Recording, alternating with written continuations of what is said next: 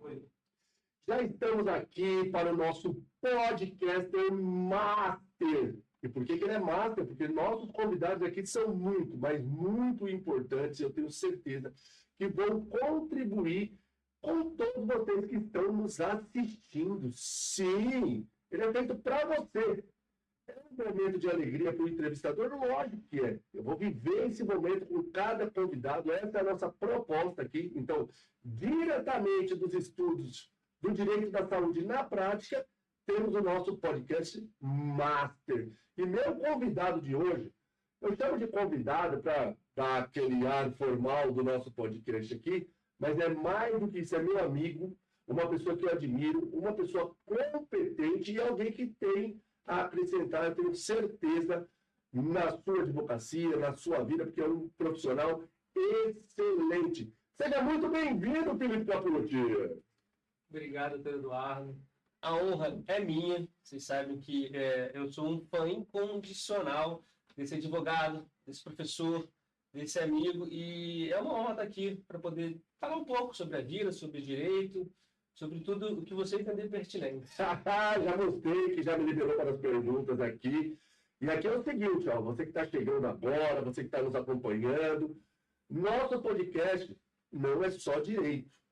Até porque seria enfadonho para você. A pessoa cansativa, a gente só está falando de direito o tempo todo. Não, não é isso. Nosso podcast aqui é justamente para a gente falar de assuntos da vida. Todos, pode ter algum assunto da semana que seja aí mais latente, a gente vai abordar aqui, vai falando com vocês. A ideia é que você também possa conversar aí do outro lado com a gente, que você também possa conhecer os nossos convidados. Porque às vezes nós estamos ali hoje muito mais presente em redes sociais, e eu brinco sempre com aqueles 15 segundos de um post lá do Instagram, e as pessoas não conhecem a gente de fato. As pessoas conhecem aquele recorte ali. E como a gente tem um alcance maior, vai se apresentando para mais pessoas, eu quero começar justamente nessa parte. Então eu quero, nesse primeiro momento, até para nosso público que está chegando agora no nosso podcast, possa conhecer quem é o Felipe CPF. Eu quero saber onde você é, não precisa falar a sua idade se você não quiser. Jovem. É muito jovem, nós somos jovens. Felipe, muito mais do que eu, mas eu quero entender um pouquinho da sua história, da sua trajetória. Eu acho legal compartilhar isso com todo o nosso público, então fique à vontade para fazer esse inicial aqui. Quem é o Felipe CPF? Para que a gente possa te conhecer um pouquinho melhor. Edu, essa é uma pergunta excelente, porque a gente passa pouco tempo refletindo, né? Com quem a gente foi, quem a gente é e quem a gente ainda vai querer ser, né? Quais são nossos propósitos de vida. Bom, eu nasci em 86, tenho 39 anos, apesar de parecer um pouquinho mais jovem. Nunca gostei de estudar. Nunca gostei de estudar. As pessoas dizem, o ministro... Nunca gostei de estudar. Eu sempre pensei em ser jogador de futebol. Fui federado, joguei vários campeonatos. E do nada, o futebol não foi para frente, eu comecei a estudar, comecei a gostar, entrei no direito e me apaixonei. Me apaixonei pela complexidade das relações sociais, pelos estudos. Então, eu adquiri o hábito de estudo, de leitura. Aí, com isso, eu fui me tornando menos ignorante, porque quando a gente entra na faculdade... Muito bom. Não, porque quando a gente entra na faculdade, a gente entra adolescente com uma visão muito restrita da vida. Eu sou uma pessoa privilegiada, tive sempre tudo que eu precisei, nunca tive muita ostentação, mas sempre tive tudo que eu precisei. Então, eu fui muito privilegiado. Então, a gente entra na faculdade com uma visão muito pequena de mundo. E eu mais ainda, porque eu não gostava de estudar, eu só gostava de jogar futebol. Então, a faculdade de Direito mudou minha vida, mudou minha percepção como pessoa, como ser humano, como homem, né? Então, o Felipe CPF, hoje, ele é uma frase que eu escutei numa música do Cazuza, e eu gosto sempre de levar para mim. Eu prefiro ser uma metamorfose ambulante do que ter aquela velha opinião formada sobre tudo, sobre o mundo, blá, blá, blá. Por quê? Porque a gente está em constante evolução como seres humanos. Então, já fui uma pessoa que hoje eu não gostaria de ter sido, mas não me arrependo, porque é importante para saber quem eu sou hoje. Porque se não tivesse aquela pessoa que fez algumas coisas de erradas, que não são nada demais, tá? Pelo amor de Deus, não especulem bizarrices. Mas são atitudes que hoje eu jamais teria, né? Mas que eu vejo que fazem parte de um processo de crescimento. Então, assim, hoje eu sou uma pessoa que tem muito cuidado com tudo, sabe? Com o trato com as pessoas, com respeito, principalmente com aquelas pessoas que são invisíveis socialmente. Então, assim, eu tenho que tentar, sempre tenho esse cuidado de respeitar todo mundo da mesma forma que eu gostaria de ser respeitado. Então, assim, o Felipe CPF é mais ou menos isso. E irreverente fora das câmeras. Ministro, nossa, você não era um ministro. Não, eu sou uma pessoa quando eu estou dando aula, quando eu estou falando sobre direito, e no particular eu sou totalmente diferente. Dessa trajetória, dessa história que você trouxe inicialmente, eu tenho algumas coisas para explorar aí, como você disse. Quero saber primeiro, você falou que tentou a carreira futebolística aí, você jogava em qual posição? Até quando você tentou ser um jogador de futebol nessa pátria de chuteiras? Por que você queria ser jogador de futebol? Então, eu queria que você falasse para a gente mais um pouquinho a respeito disso. Então, eu fui lateral esquerdo, né? Eu joguei federado pelo América, o Ameriquinho do Rio de Janeiro, onde o Zagallo, inclusive, jogou bola lá, jogou com meu avô, que era goleiro. Mas, enfim, eu fui lateral esquerdo, eu sempre gostei de futebol, né? Acho que a nossa geração, ali 86, 90, 94, 86 foi aquela seleção histórica, né? Que não ganhou nada, 96. Então, 94, 2002... Então, a gente foi uma geração que viveu muito o bom futebol, né? O último bom futebol do Brasil. E eu era muito bom. Mas tinha problema de autoconfiança. Nunca achei que eu fosse bom o suficiente para chegar na vida, numa carreira profissional. E isso também é uma coisa que, como eu comentei, que eu me arrependo porque eu não enxergava o potencial que eu tinha. E hoje eu não deixo isso quer dizer, eu não deixo, é ótimo. Eu tento não deixar esses pensamentos de autossabotagem perseguirem, porque se as pessoas dizem que eu sou, porque eu não acredito que eu sou. É porque eu sou sim, mas é uma luta diária, de aceitação, de pertencimento. Não, eu estou aqui, realmente eu sou uma referência. Então, assim, é um caminho que a gente precisa trilhar. É aquela coisa, eu sou o melhor para mim, né? Exatamente. E quando eu sou o melhor para mim, exatamente, a gente acaba refletindo no outro. Exatamente. E é legal quando as pessoas nos enxergam dessa forma, porque a gente não pode, talvez aquele lateral esquerdo deixou isso passar de alguma forma, e a gente achar que a gente é maior Sim. do que o outro, e não do que a gente. Mas é a trajetória de vida, que experiência legal, porque veja, a gente está falando aqui com vocês sobre futebol nesse momento, mas veja que lição que você aprendeu e levou para a vida. Sim. Tudo é aprendizado. Sim. E tudo é momento. Você, naquela época, usou as ferramentas que você tinha. Por isso, quando as pessoas falam assim, eu queria voltar a ter 18 anos, 15 anos, com a cabeça de hoje. Não tem como isso. Você hoje é outra pessoa, enxerga o mundo de outra forma, e é natural que com 18 anos, com 15, com 16, com as ferramentas que tínhamos à época, a gente vai errar, vai fazer escolha que nem sempre é a melhor escolha, mas sempre levando isso como experiência de vida. Outra coisa que você colocou aí, já a gente volta, aqui a gente pergunta, volta para o futebol, retoma, não temos aqui roteiro fixo, não. Mas, você falou aí uma palavrinha, eu quero que você explique para eles aqui, para quem não conhece ainda. Quem conhece, na hora que ele falou aqui, citou uma palavrinha, já entendeu o porquê. Mas quem não conhece, Felipe, da onde surgiu esse negócio de ministro? Você recebeu aí um apelido, recebe uma citação, da onde surgiu, como você encara isso, que acabou virando quase um sobrenome seu. Então, explica para a nossa audiência aí, da onde surgiu esse apelido de ministro. Então, eu relutei muito, tá, com esse título, porque passa um pouco de soberba, arrogância, e era uma coisa que eu sempre tentei evitar. Até porque eu sei que quanto mais você alimenta esses sentimentos, mas você acaba sem querer se tornando esse tipo de pessoa. Mas, enfim, como surgiu? Eu sou uma pessoa que me chamam de fleumático. Então, assim, eu sou metódico, metódico, eu gosto de tudo muito bem estruturado. Então, não existe uma pergunta com uma resposta simples. Então, sempre estruturei a resposta para que aquela resposta tenha sentido para a pessoa que está lendo, e não para mim. Porque, às vezes, alguém te pergunta uma coisa, você responde, e a pessoa entende que tem que fazer aquilo, mas não sabe o porquê tem que fazer aquilo. Então, eu sempre preciso estruturar o porquê eu estava respondendo daquela forma e porque eu entendia que aquela era a maneira mais certa de seguir.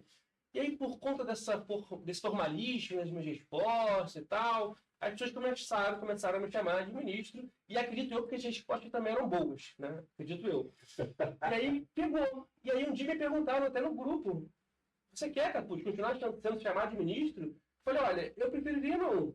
por conta exatamente dessas questões que, o ministro ali, como se, sabe, passa um tom de arrogância, que eu não gosto. Mas depois eu vi que era um período carinhoso. E eu falei, sabe uma coisa? Eu aceito. E até uma aceitação do tipo, de repente eu sou bom mesmo, porque talvez eu não quisesse o título, porque fosse muito, porque eu achava que eu poderia oferecer. E depois eu falei, não, vou exercer, só gratidão. Coisa boa, muito bom. E faz jus ao apelido, sim, viu?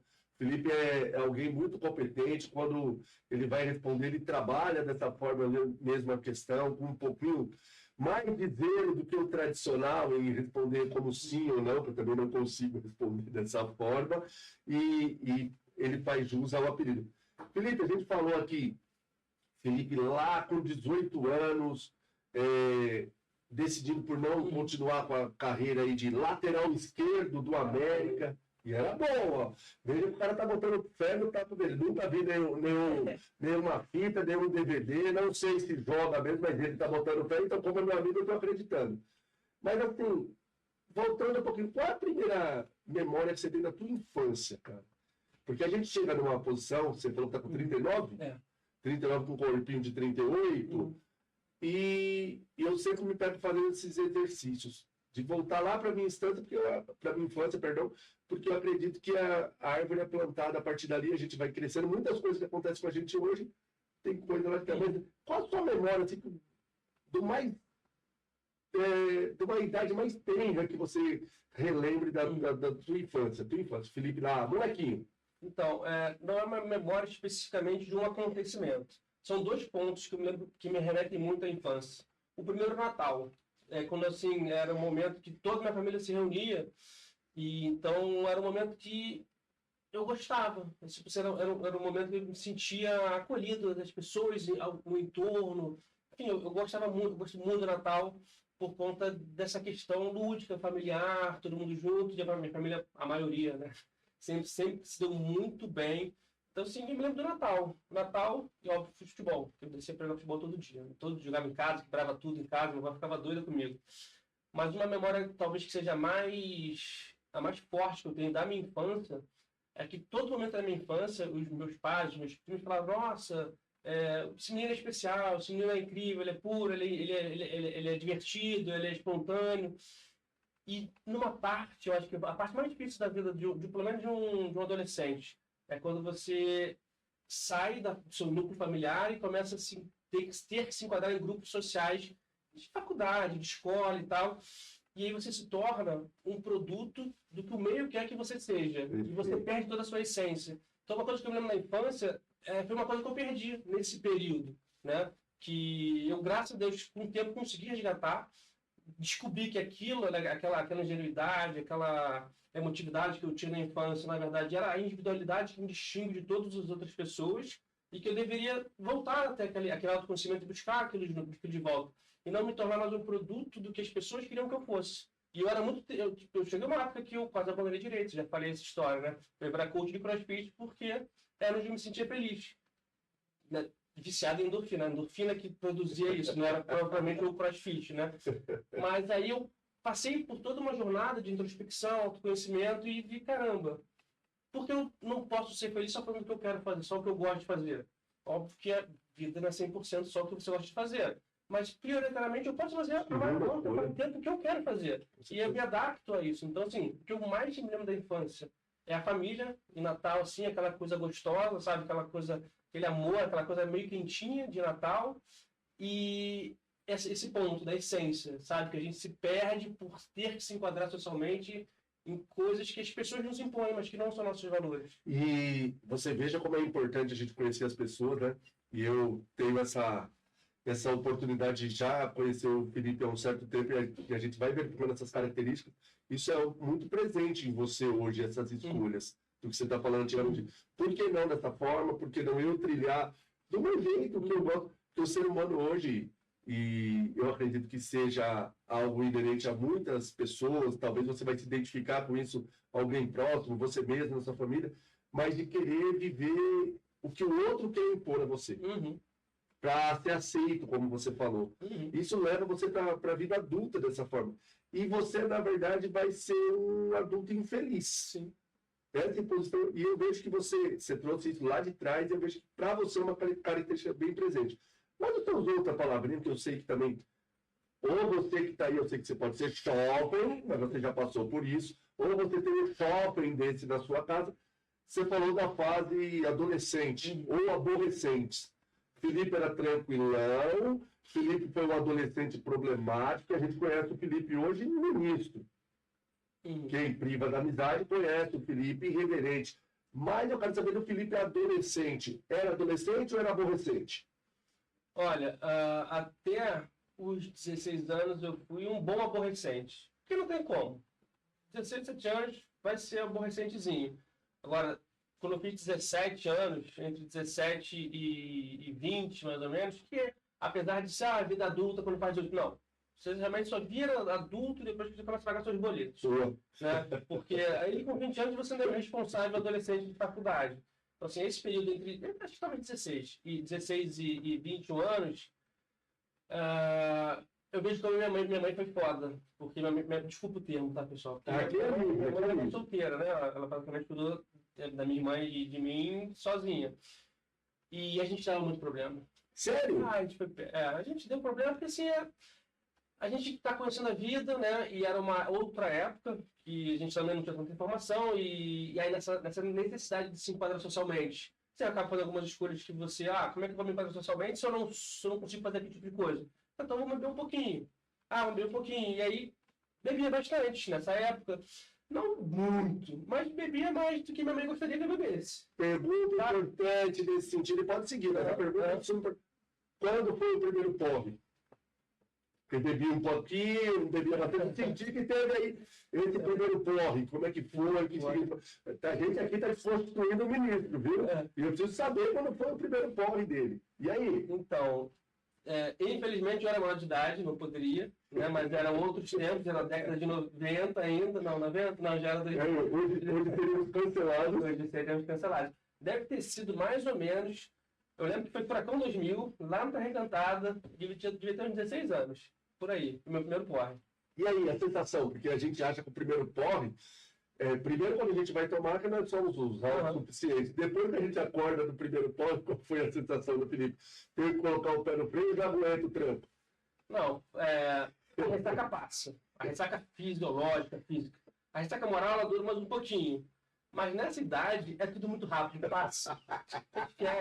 E o pior, você acha que tá no controle. Não, já aprendi.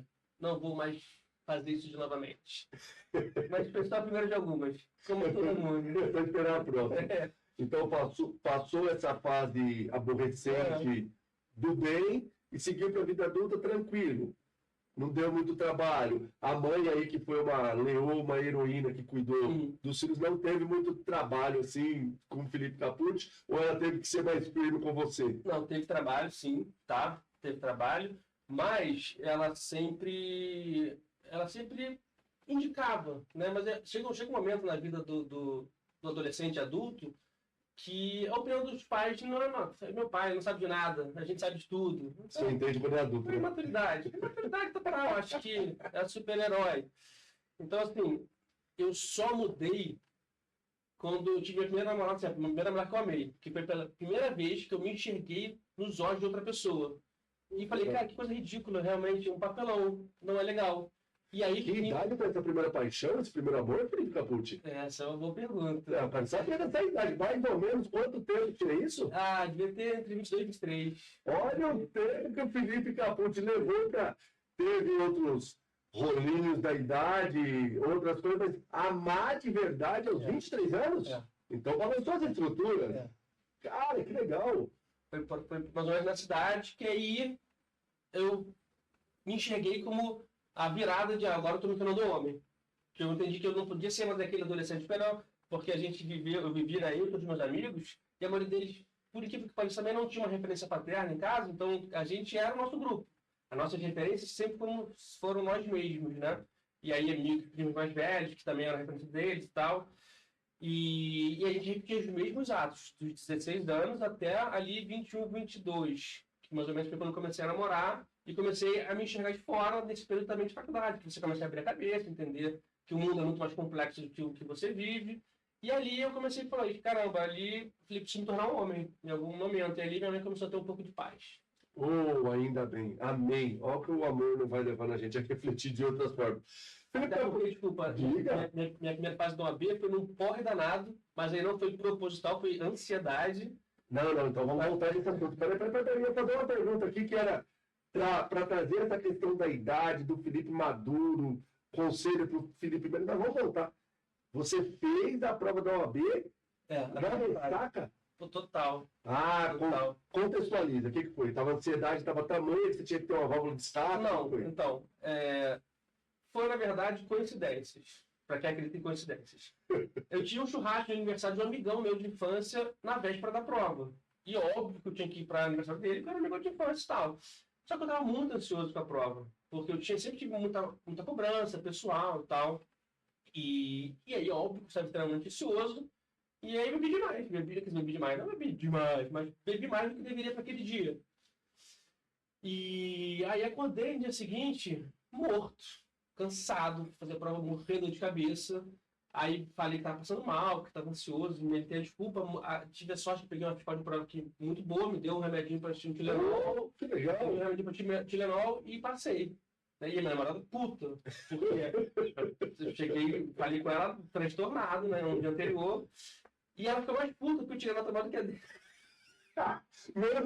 Mesmo com pouco, cansado, a nota foi maior ainda. Meu Deus, eu imagino.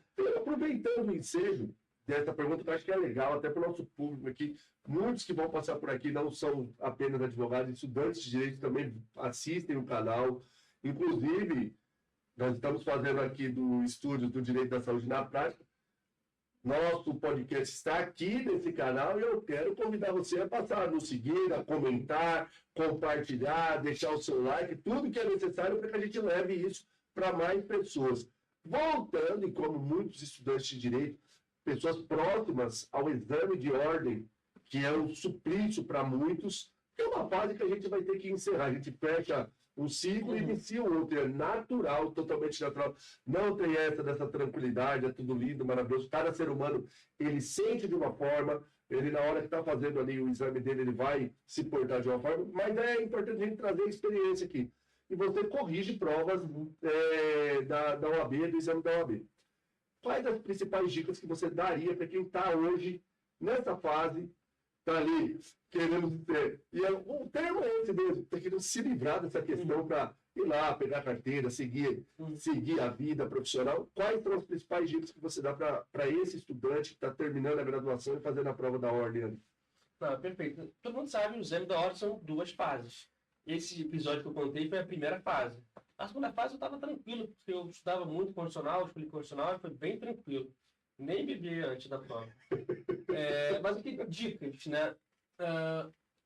As provas, os temas são sempre os mesmos, né? Os temas, assim, as temáticas ambiental, penal, processo civil, processo penal, são sempre os mesmos.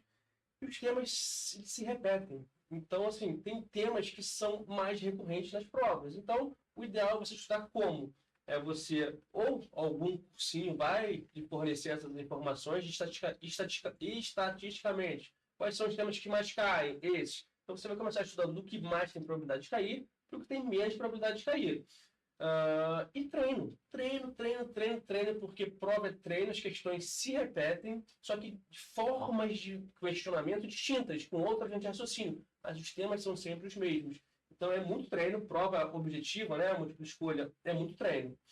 E passando, né, o calvário da primeira fase, a segunda fase é o tema que você se sente confortável em fazer. Eu fiz constitucional por quê? Porque eu adorava constitucional, me apaixonei em constitucional na faculdade. Então, antes de acabar a faculdade, eu já fazia módulo de direito constitucional.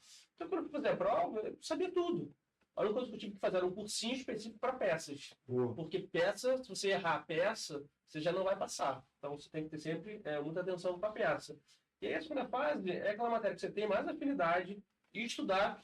E a dica que eu sempre dou, não importa o que você acha, a resposta está na legislação.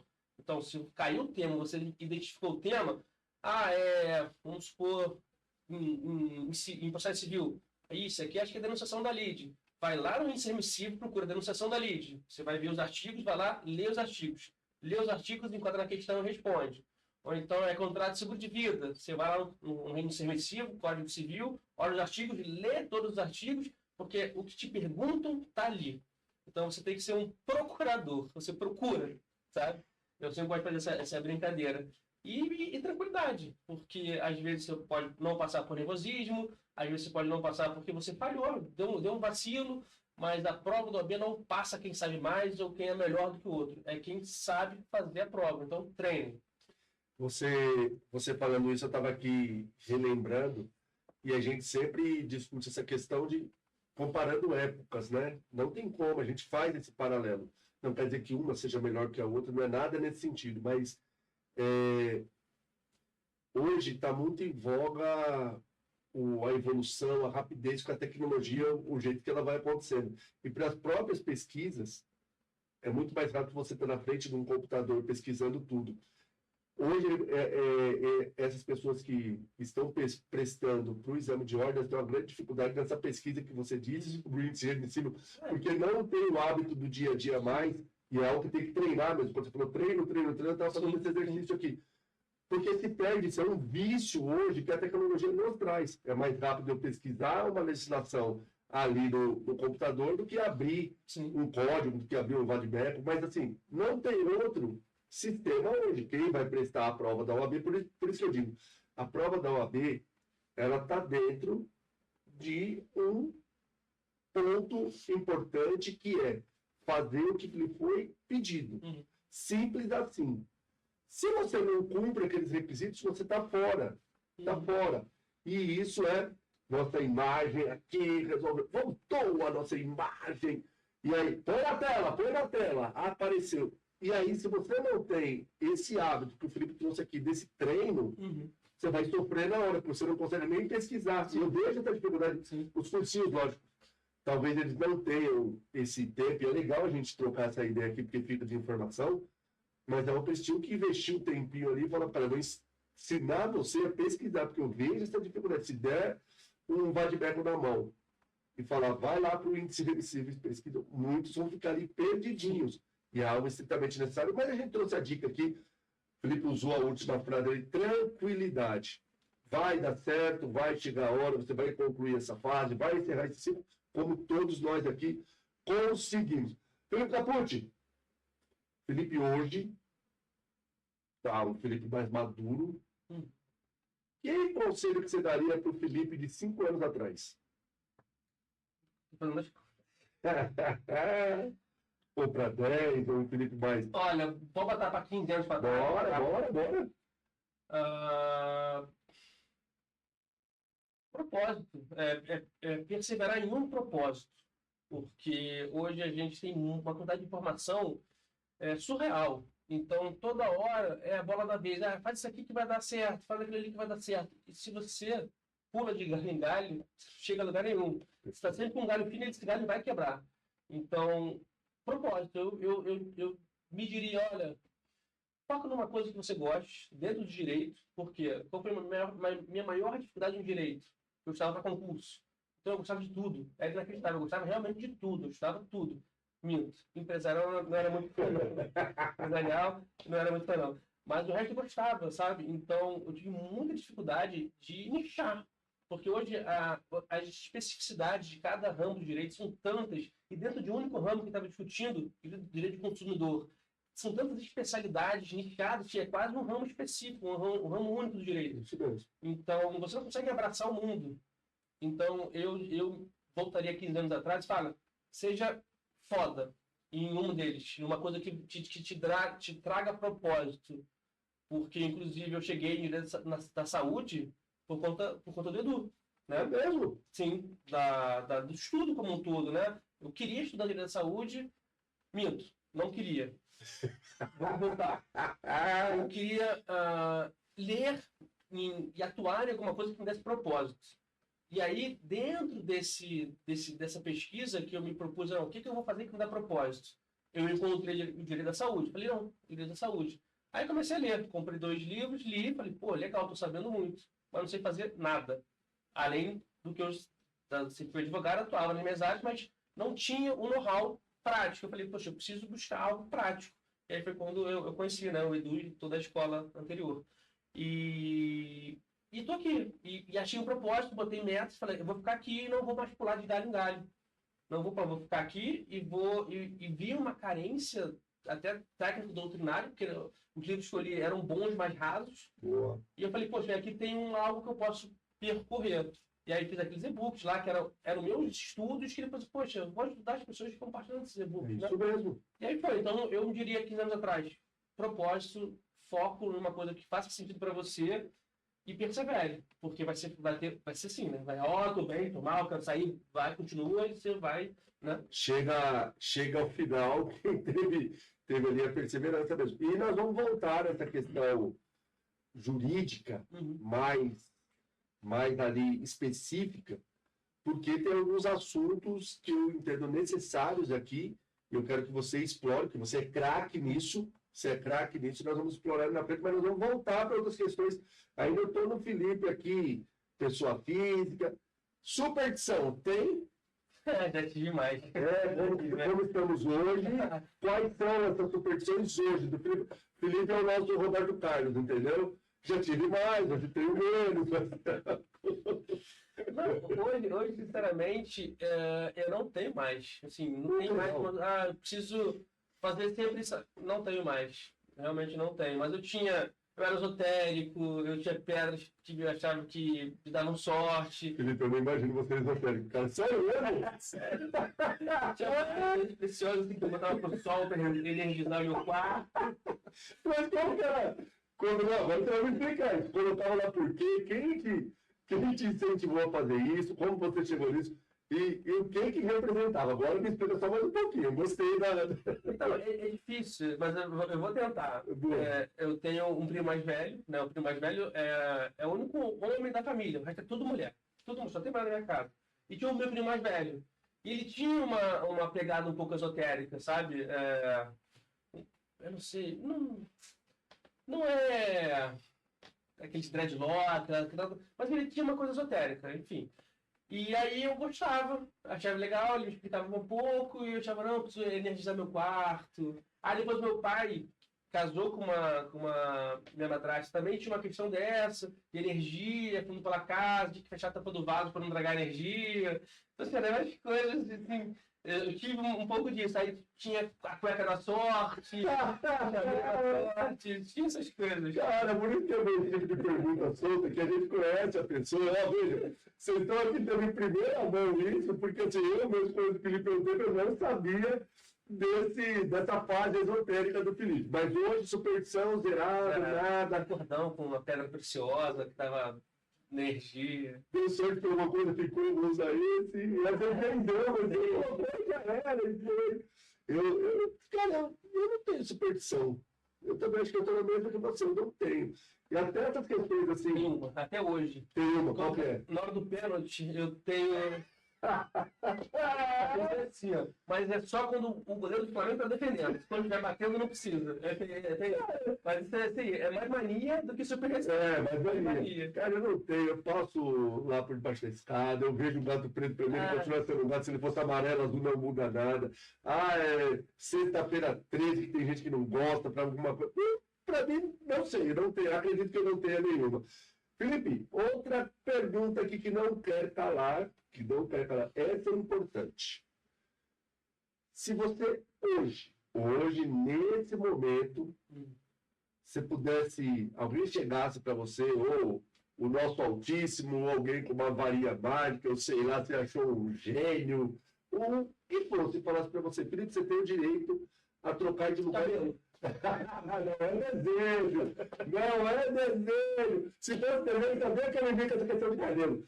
Eu ia colocar ainda para bater nos ombros, com franja, com tudo. Mas se você pudesse trocar de lugar com alguém, Felipe, hoje, escolher qualquer pessoa para trocar de lugar. No mundo, que já existiu, não importa a época. Se você pudesse trocar, quem seria essa pessoa e por que você trocaria de lugar com ela? E mais do que isso, o que você faria no lugar dela? Tá, assim, trocar, porque, sei lá, porque eu gostaria de ser outra pessoa, ou ninguém. Boa. Mas eu tenho curiosidades.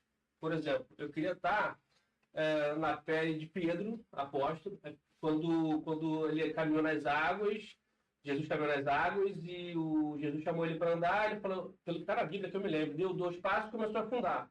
Queria ver. Por quê? Porque eu acredito que quando ele olhou para Jesus, ele confiava, foi, e quando olhou o que ele estava fazendo, a humanidade dele fez ele afundar, porque ele falou, não, isso aqui não é possível, ele perdeu a fé. Então, assim, eu tenho curiosidade em algumas coisas, mas de estar lá para ver, e não para ser outra pessoa, porque hoje em dia, quando eu descobri que dentro da individualidade de cada um, não existe ninguém mais foda do que você tipo, é perfeito, e comecei a valorizar isso em mim, inclusive não ter cabelo, eu fiz a brincadeira, mas eu sou muito feliz careca, porque hoje a minha identidade de atributo é assim. Eu vejo minhas fotos com cabelo, parece ser peruca. Eu falo, caraca, eu usava peruca. Mas enfim, então, assim, eu gostaria de ser ninguém. Eu sou muito feliz hoje sabendo quem eu sou e o que eu gosto, e sabendo dos meus defeitos, que eu sei às vezes que eu tenho que melhorar algumas coisas, mas falar, isso aqui eu posso melhorar depois, sabe? Não me incomoda agora, eu sei que eu preciso, vou trabalhar nisso.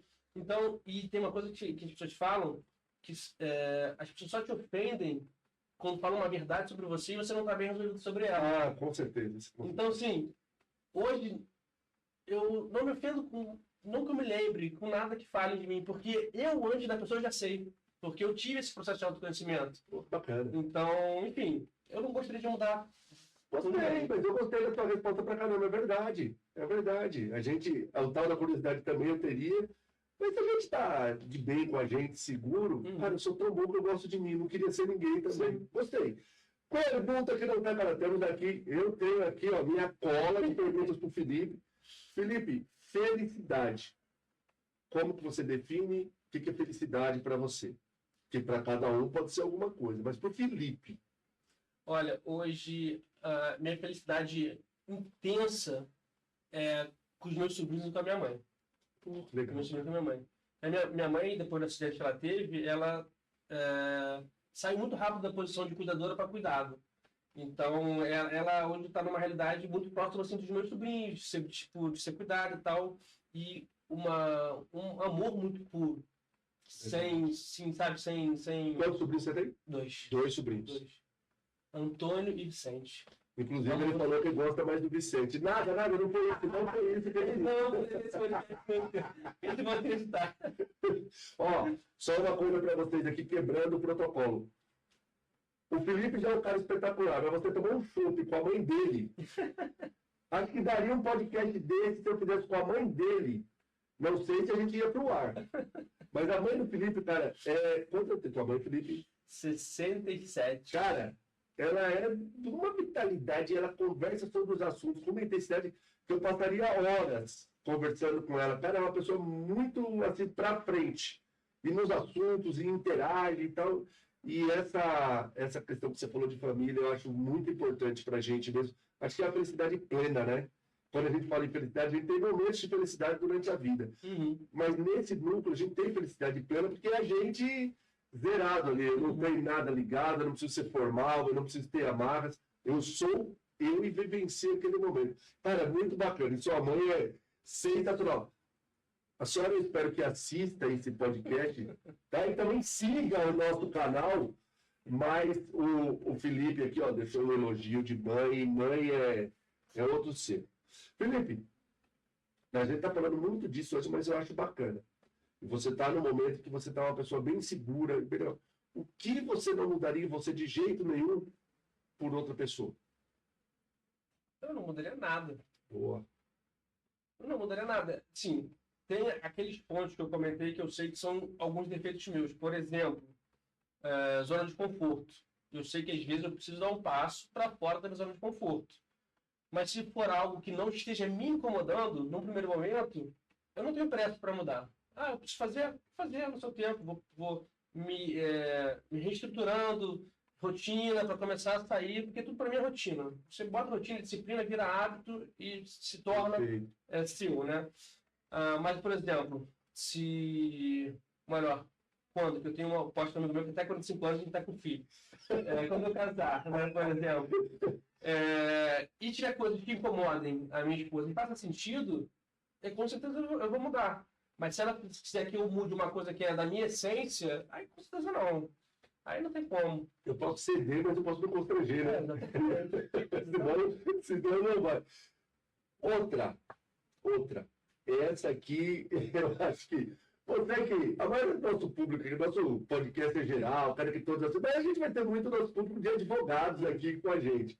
E advogado, por natureza, acredito que a gente tinha que receber até patrocínio de profissionais como psicólogos, psiquiatras. É o ser mais estressado do mundo. O Felipe Capucci, o nosso ministro, o que você faz para ter a mente sã? Para sair dessa tormenta que é a nossa profissão? Que nós mesmos criamos essa tormenta, que não precisa ser assim, a gente está brincando de estressado, mas não precisa ser dessa forma. Mas é que a gente trabalha com uma carga de problemas das pessoas, de assuntos que às vezes no dia a dia nos tornam assim, mas o que você faz? Que atividade que você faz, ou um hábito que você tem para manter a mente sã, o equilíbrio. Felipe Capucci equilibrado. Academia.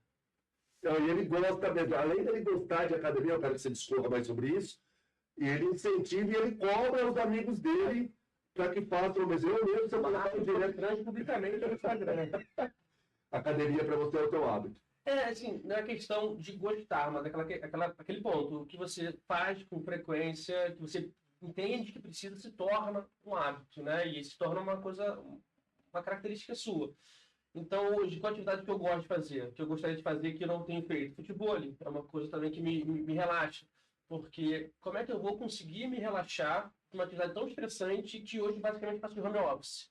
Eu estou em casa, então eu me estresso em casa. Vou fazer para onde? Vou fazer o que em casa que não vai me estressar? Porque às vezes eu boto para ver na série e eu tô, mas eu podia estar fazendo coisa ali. Essa série tá chata, eu vou ter que voltar para trabalhar, voltar para trabalhar. E você não descansa. Então, na academia, eu vejo um momento de fuga, que eu tenho uma galera que eu gosto lá, que eu não conhecia, mas passei a conhecer na academia, que a gente ri pra caramba, se zoando, porque homem é meio tóxico entre si, assim, tá? Então aquele humor assim, sabe, meio pesado. Aí todo mundo adora, todo mundo ri, todo mundo se diverte. Então ali, eu malho, jogo toda essa tensão do meu dia lá, eu relaxo malhando, né? Que contradição. Às vezes a gente relaxa malhando, e ao mesmo tempo que a gente tá rindo, dando risada, né? Espontânea, gargalhada, a gente vai, sabe, se lavando, tirando esse peso, né, do estresse da advocacia. Porque a família chega pra gente, às vezes a gente é a última solução. E é todo esse peso de tipo, você não conseguir ser a última solução e a pessoa sabe que, sabe, se não conseguir, pode vir o teu familiar vindo a óbito. Então é pesado mesmo essa carga que a gente carrega. Mas gostei de outra questão que demanda o nosso tempo, para outros se torna um monstro. E eu pergunto sempre isso, está sempre na minha relação de perguntas, porque eu acho que a gente tem que conversar sobre isso. Ainda mais na nossa atividade, Felipe advogado, Felipe professor, tem que se valer dessa ferramenta, mas a gente não pode ficar refém dela, na minha modesta opinião, mas eu quero saber mais de você sobre isso. Quantas horas do dia você passa com o bendito do celular e o que ele representa na sua vida e como você controla isso? Não controlo diretamente, né? O que o celular serve para mim hoje? Expor, né? Fazer a divulgação do que eu faço, dos meus produtos mais educacionais e, por óbvio, como advogado, porque eu faço muita parceria com os advogados, então eles precisam me ver como professor e especialista para eles me buscarem. Então, para isso, eu uso muito a rede social e para desopilar. Meu Instagram, se você pegar minha lupa, é meme, coisa de musculação e, eventualmente, desenhos, assim, qualquer coisa aleatória da juventude que também vê nos memes, a gente acaba assistindo. É a rede social que você mais gosta? Instagram. Instagram? É ali que você... Então, o TikTok tem uns também que, às vezes, eu vou parar para ver, porque tem uns stand-up, né, comédia, stand-up, que eles fazem lá e fazem cortes lá e lá bomba mais do que no Instagram. Então, às vezes eu me perco lá e passo mal, né? Você falou do TikTok, até para confessar aqui para nossa audiência, eu prefiro o TikTok ao Instagram para esse tipo de entretenimento também. Um momento aliviar a mente, um momento besterol mesmo, de ver isso. Mas no TikTok eu tenho uma reclamação a fazer. Vai ficar gravado aqui. Denúncia! Vocês estão levando o meu cartão de crédito embora. Vocês inventaram de colocar depois agora no TikTok. É mesmo? Tem um TikTok Shop. Vende tudo no TikTok agora, com um preço até melhor que em outros lugares, de você que incentiva tanto os exercícios físicos a essa pessoa que vos fala, eu comprei uma série de material de musculação pelo TikTok Shop. Caramba, não fazia Montamos ideia. uma mini academia em casa, porque eu, diferente de você, eu gosto do exercício físico, mas eu não gosto do ambiente da academia. Se alguém que eu faça academia e algum dia que eu vá estiver assistindo aqui, me desculpe, mas eu não gosto do ambiente. O exercício eu faço, acho super necessário, realmente dá pra gente assim, um up na semana, no dia. Incentivo aí, indico que façam também.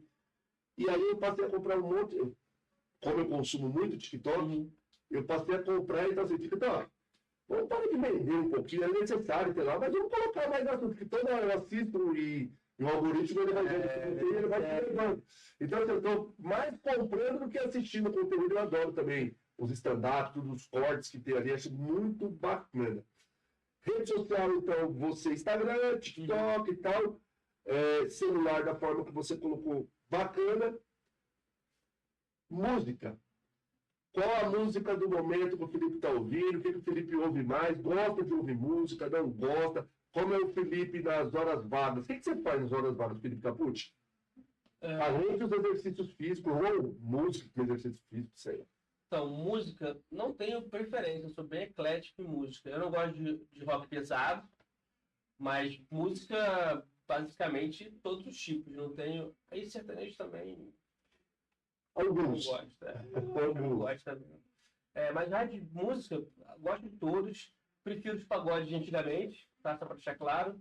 Mas música não tem preferência, eu gosto de todas. Gosto de todas. Qual outra pergunta mesmo? Eu não foi da música mesmo, qual a última música que está tocando. Tá, no meu tempo vago. Você faz na sua hora vaga. Então, academia de estudo. Adoro academia de estudo. Qual o último livro que você leu? Qual o último livro? Ou que está lendo? Então, honorários, advocatícios saiu novo do Youssef. Nossa, me fugiu sobre o nome dele, mas é um livro tradicional de direito civil que os filhos já atualizaram que ele tem um só de honorários. É Caleb. Alguma coisa assim. Aí saiu um novo agora em 2025, que eu não sabia. Eu não sabia. Atualizado pelos filhos, aí eu comprei. Então é o livro que eu estou terminando de ler. Ele falava muito de direito de família. Sim. Família. Uma das advogadas que eu estagiei na estágio, né? Que para mim foi a minha advogada referência, ela tinha todos dele. Então, o último livro que eu li foi jurídico. Basicamente, os últimos livros que eu li foram jurídicos. Mas o grande livro que eu li, que as pessoas têm que ler com uma percepção do tipo o diabo está dentro de mim mesmo, é o Advogado do Diabo. Livrado. O Diabo, sei lá que eu rio. Uma coisa da Napoleão Hill, se eu não me engano. Livrado. Livro muito bom. Livrado. Napoleão Hill mesmo. Napoleão Hill. Sensacional. Sensacional. Agora, Felipe, não sei se vocês perceberam pelo sotaque, é norueguês, né, Felipe? Você é nascido na capital? Capital. Carioca da Gema, então. Carioca. Da Gema. Sim. Pergunta que não quer calar. Estamos gravando no estúdio de Direito de Saúde da Prática em São Paulo, mais precisamente na cidade de Caieiras, em São Paulo. Mas sempre que eu tenho frente a frente aqui um carioca, eu faço essa pergunta. Biscoito ou bolacha? Bolacha que tá na cara. Ele não tem conversa com ele.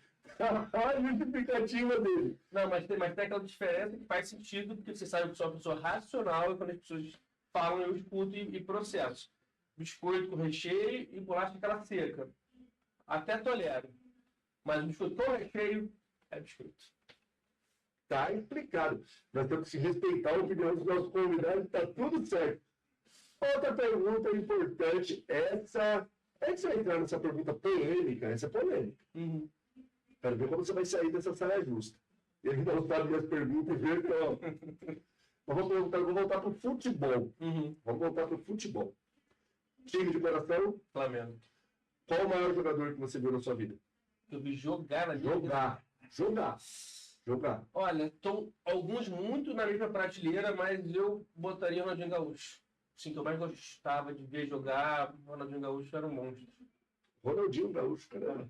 Você viu o Zico jogar? Pouco, né? Não É que vi. você pegou o finalzinho dele machucado, né? Então, não vi. É mesmo, Eu né? peguei o finalzinho do Júnior, cabeção. Ah, porque em 92 ainda jogou no final contra o Botafogo. Isso. Você é de 80 aí? 6. Ah, não. O Zico já estava no finalzinho de carreira, estava machucado, o joelho já tinha ido pro Vidal, você não viu. Ele está falando do time dele é o Flamengo, ele colocou o Ronaldinho Gaúcho, o maior jogador. Olha que eu estou na era aqui de... Hoje a gente fala, o último grande jogador brasileiro é o Neymar, o último grande jogador brasileiro, hoje não é mais. Também o Ronaldinho jogou muito, o Ronaldo Fenômeno, Romário, Rivaldo. Bebeto, mas o maior jogador que eu vi, assim, mais próximo da realidade foi o Zico, cara. E, assim, eu tenho discussões, assim, ferrenhas, que é do teu Flamengo, por isso que eu tô falando dele, que na minha concepção de futebol de mundo, e puxando a sardinha, porque eu sou brasileiro, um pouquinho, mas para mim o Zico jogou muito mais que o Maradona. Ele só não ganhou uma Copa do Mundo, porque se tivesse ganho, talvez a gente não teria nem essa discussão. Jogou demais. O que eu vi o Flamengo do Zico jogar 80 para frente, que já estava 80, 81, que já forma aquele time que depois era um timaço, 81, 82, 83 e vai. Cara, esse cara até hoje, você tem admiração por uma pessoa de outro time, mas teu time vai jogar contra ele. Quando tinha uma bendita de uma falta próxima, você já falava assim, vou perder de quanto, se esse cara fizer o gol, acaba... Eu nunca vi uma pessoa jogar tão bem, ser tão técnico, tão goleador. Então, foi o maior jogador que eu vi jogar de completo. Lógico, o Neymar joga muito, mas tem uma característica, o Ronaldinho Gaúcho, um cracaço, mas tem uma característica os outros. Mas para mim, o Zico do seu Flamengo era um craque. Falando nisso, estamos aqui no futebol, estamos em 2025, no momento que estamos aqui nesse podcast. O Campeonato Brasileiro está aí e temos Libertadores aí. Felipe Capucci vai deixar aqui o palpite dele, mas analisando o momento, acho que o coração pulsa nesse momento, mas aí parece que Palmeiras e Flamengo novamente vão aí se dividir, ou vai levar tudo, ou vão questionar bastante, ou vão dividir isso. Qual a sua percepção? O que você acha disso? Eu acho, né, que o Palmeiras vai ganhar tudo. Mas, realmente, não dá pra... Quem fala que sabe ou que aposta é simplesmente um apostador, né? Tá trabalhando com probabilidades, porque para mim é 50-50. Uma final não se joga, se ganha, nem sempre dizem, né? E o campeonato de pontos corridos, com os dois com a mesma quantidade de pontos, o Palmeiras na frente depois tem uma vitória a mais, é que tá no desempate. Sim, tá aberto. Vão ter jogos difíceis para os dois lados. Só espero que, se o Flamengo não ganhar um, que ganhe o outro, um campeonato, né? Para que pelo menos. Porque tudo bem, eu quero ganhar tudo, mas também não quero perder tudo. Então, se for tiver que escolher, que ganhar um ganhe o seu, mas eu quero a Libertadores. Porque já tá lá com o Mundial. Se fosse para escolher a Libertadores. Ele está querendo a Libertadores, mas hoje nós almoçamos antes aqui do nosso podcast e ele estava pedindo ajuda para o meu time.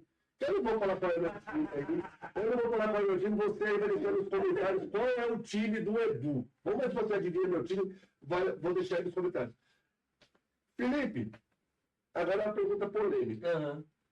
Polêmica, eu sei do seu amor recente e eu quero quero que você explique o porquê, se tiver uma escolha, mesmo que não tenha, que você traga.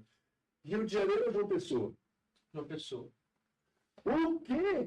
Sério mesmo, cara? Então, assim, eu amo o Rio de Janeiro, mas o Rio de Janeiro ali, não vou entrar nas questões políticas, criminalidade, mas eu não me sinto mais confortável no Rio, porque, por exemplo, os meus grandes amigos já não moram lá. Então, os meus grandes amigos saíram do país, estão em São Paulo, não estão mais no Rio de Janeiro. Tem um que está lá, mas a gente acaba vendo pouco, porque a rotina é corrida, a gente se vê 2 vezes por ano, 3 vezes por ano. Então, assim, o custo de vida no Rio de Janeiro é muito caro, tudo é muito caro, e é aquela coisa que eu comentei. Eu gosto de trabalhar muito, aquele workaholic, estressado. Não gosto. Então, o que eu vou fazer? Tenho um propósito para fazer o que eu gosto de fazer, o que me dá liberdade, segurança e tranquilidade. Então, vou também procurar um custo de vida menor. No Rio, eu não consigo ter um custo de vida menor num lugar que me agrade. Mas em outras capitais do Brasil, tem custo de vida muito menor. e que eu posso ver tão bem quanto, às vezes até melhor, né? E aí tem a minha sócia João Pessoa, Patrícia Plinari. Ó, inclusive, já que você lembrou, já está convidada também para participar do nosso podcast. Já fica aqui o convite. É aqui em São Paulo, é simples. Pega um avião, venha que gravaremos aqui. Então você tem sua sócia lá, já é mais um indicativo. Então, eu conheço uma galera lá, então tá pertinho da praia, futebol, a qualidade de vida é absurda. O que ela falou, vamos pegar um trânsito. Eu falei, trânsito quanto tempo? 20 minutos. É isso. Porra, sou carioca, porra. 20 minutos é trânsito, cara. 20 minutos não é nada. 20 minutos é o tempo de tomar banho. Sei lá, tomar banho e se arrumar. 20 minutos é trânsito, sabe? Eu fui para a reunião do AB esses dias, da minha casa até Botafogo, que não é nem no fórum da capital, deu 2 horas. Esse fórum era quase 3. Então, assim, a gente chega a um ponto que o sacrifício vai até quando? E depois do acidente da minha mãe, que foi também uma época que eu quase fui pro CrossFit, né? Eu refleti muito, porque minha mãe trabalhava pra caramba. Porque ela bancou 2 crianças, faculdade particular, né? E será que eu vou conseguir ter tempo de viver ou posso morrer em qualquer momento?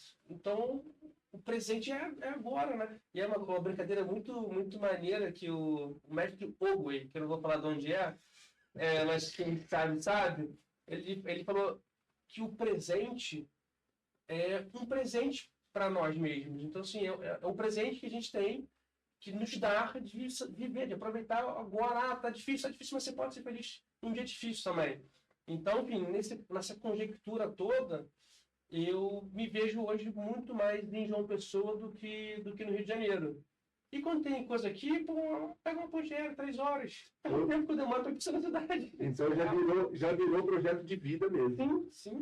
Inclusive, você que estiver assistindo esse podcast, vou falar para você, esse final de semana anterior ao nosso podcast,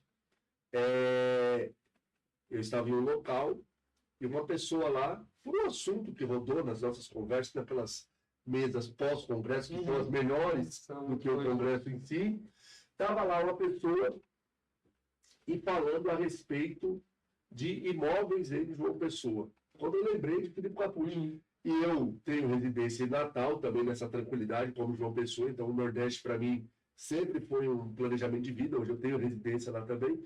E, cara, eu quase comprei um imóvel em João Pessoa, só não comprei ainda, e estou dizendo ainda, porque se a pessoa me mandar as condições que nós conversamos, vai estar ok, imóvel na planta e tal. E lembrei de Filipe Capucci, eu falei, se ela mandar o livro, vou mandar para o Felipe analisar aí um investimento que era muito legal, a localidade e tal, porque realmente essa sensação, e acho que você vivencia isso também aqui em São Paulo, as grandes capitais hoje, Rio e São Paulo principalmente, elas nos estressam de uma tal maneira que às vezes a gente começa a ponderar se vale a pena todo o esforço que a gente coloca naquele lugar. Lógico, é um lugar que a gente convive, hoje não tem mais o número de amigos que você falou, mas ainda tem muitas pessoas, é onde você se encontra, mas você está falando, eu trabalho tanto, eu produzo, será que ainda eu vou ficar quanto tempo aqui? Eu ainda tenho algumas questões assim, mais fáceis de ir para o Nordeste de vez, e daqui uns 3 anos isso será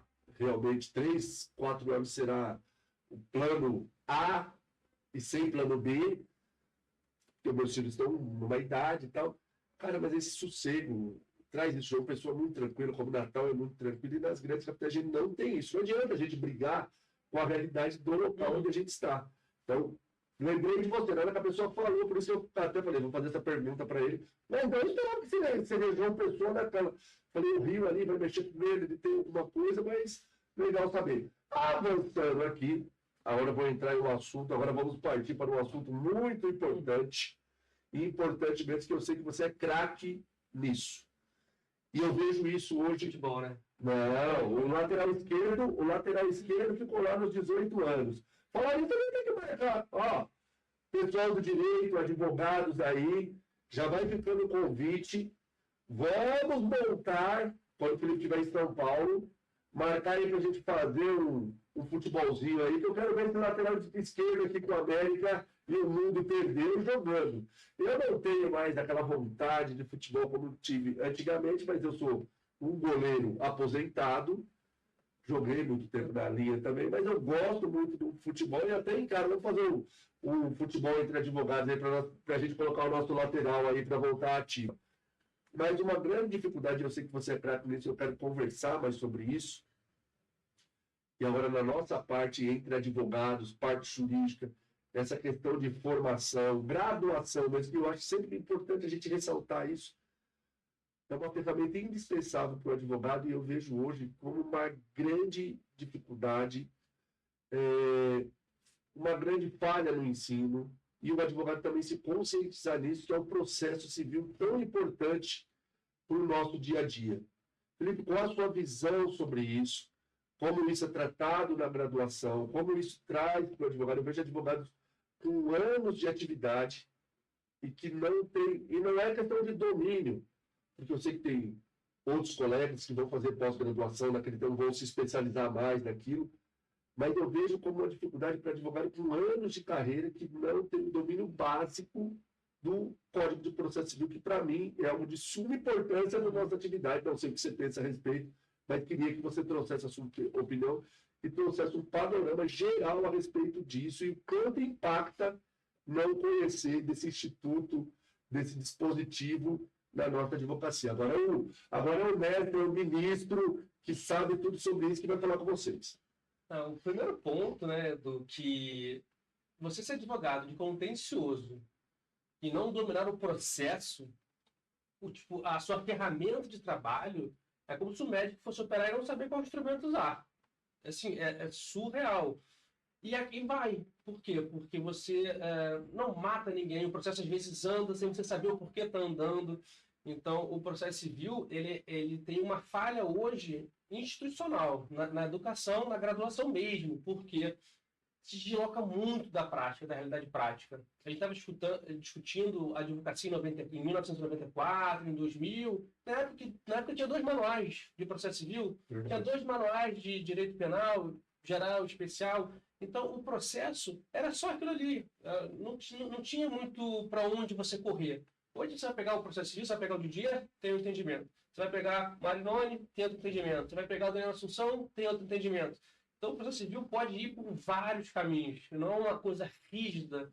Então, a falha institucional na educação de processo civil é ensinar um processo estático, enquanto a prática é dinâmica.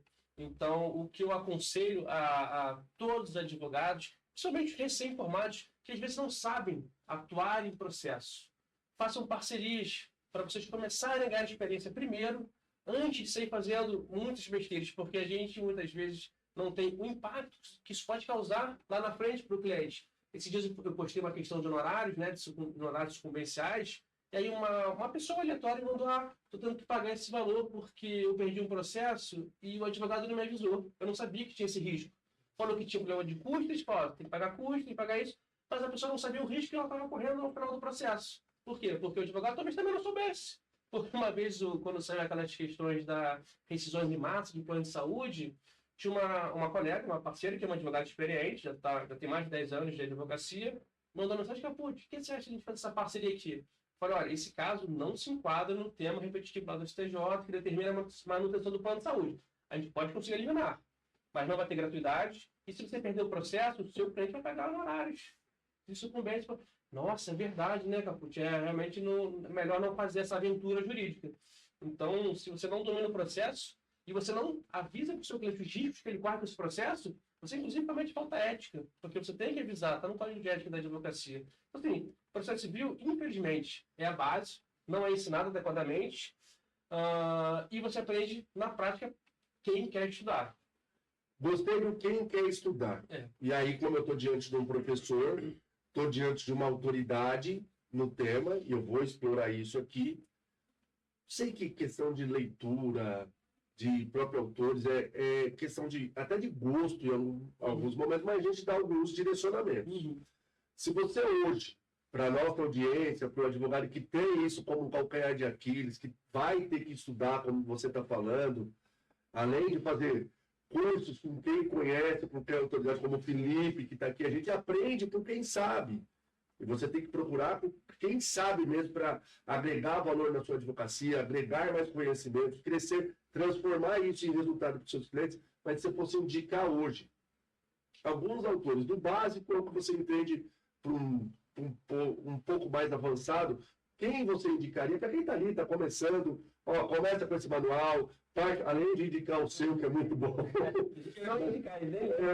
Mas é muito bom, sim, para quem atua no direito da saúde, indica, sim, porque é muito bom. Inclusive, vem novidades por aí, mas as novidades só no momento das novidades. Quem você indicaria? Então, para quem ainda está naquela fase de graduação, né, ou acabou de se formar e está totalmente perdido em processo civil, Diálogo do CPC, salvo engano, do Mozart. Boa. Porque ele é elucidativo, né? Então ele te ensina a teoria e te mostra o andamento processual, pelo menos para você ter a noção do processo como um todo, da estrutura que você vai passar durante o processo, para você poder planejar o processo, né, do início ao fim. Mozart, primeiro. Segundo, que é muito prático e muito bom, Eupídio Donizete, volume único, desembargador aposentado de Minas, salvo engano. Livro bom, prático, extremamente objetivo. Aí depois, Daniel Assunção, que é já um pouco mais acadêmico, mas ainda é prático, mais denso, tá? Mas já passou por outros 12, passa por todos, que você já conseguiu uma base razoável. Daniel Assunção, volume único. Aí você começa. Vai querer Marinoni? Pode ir para Marinoni. Quer Didier? Vai para Didier. Mas aí são leituras que não são mais tão práticos, práticos teóricos, são mais teóricos. Mas você vai ter uma boa base, sim, para poder aprofundar o seu conhecimento, né, para ganhar mais fluidez, para a sua atuação no processo ser mais orgânica. Porque eu vejo isso, as pessoas decoram, fazem, aí saiu do que ela decorou, ela não sabe mais fazer.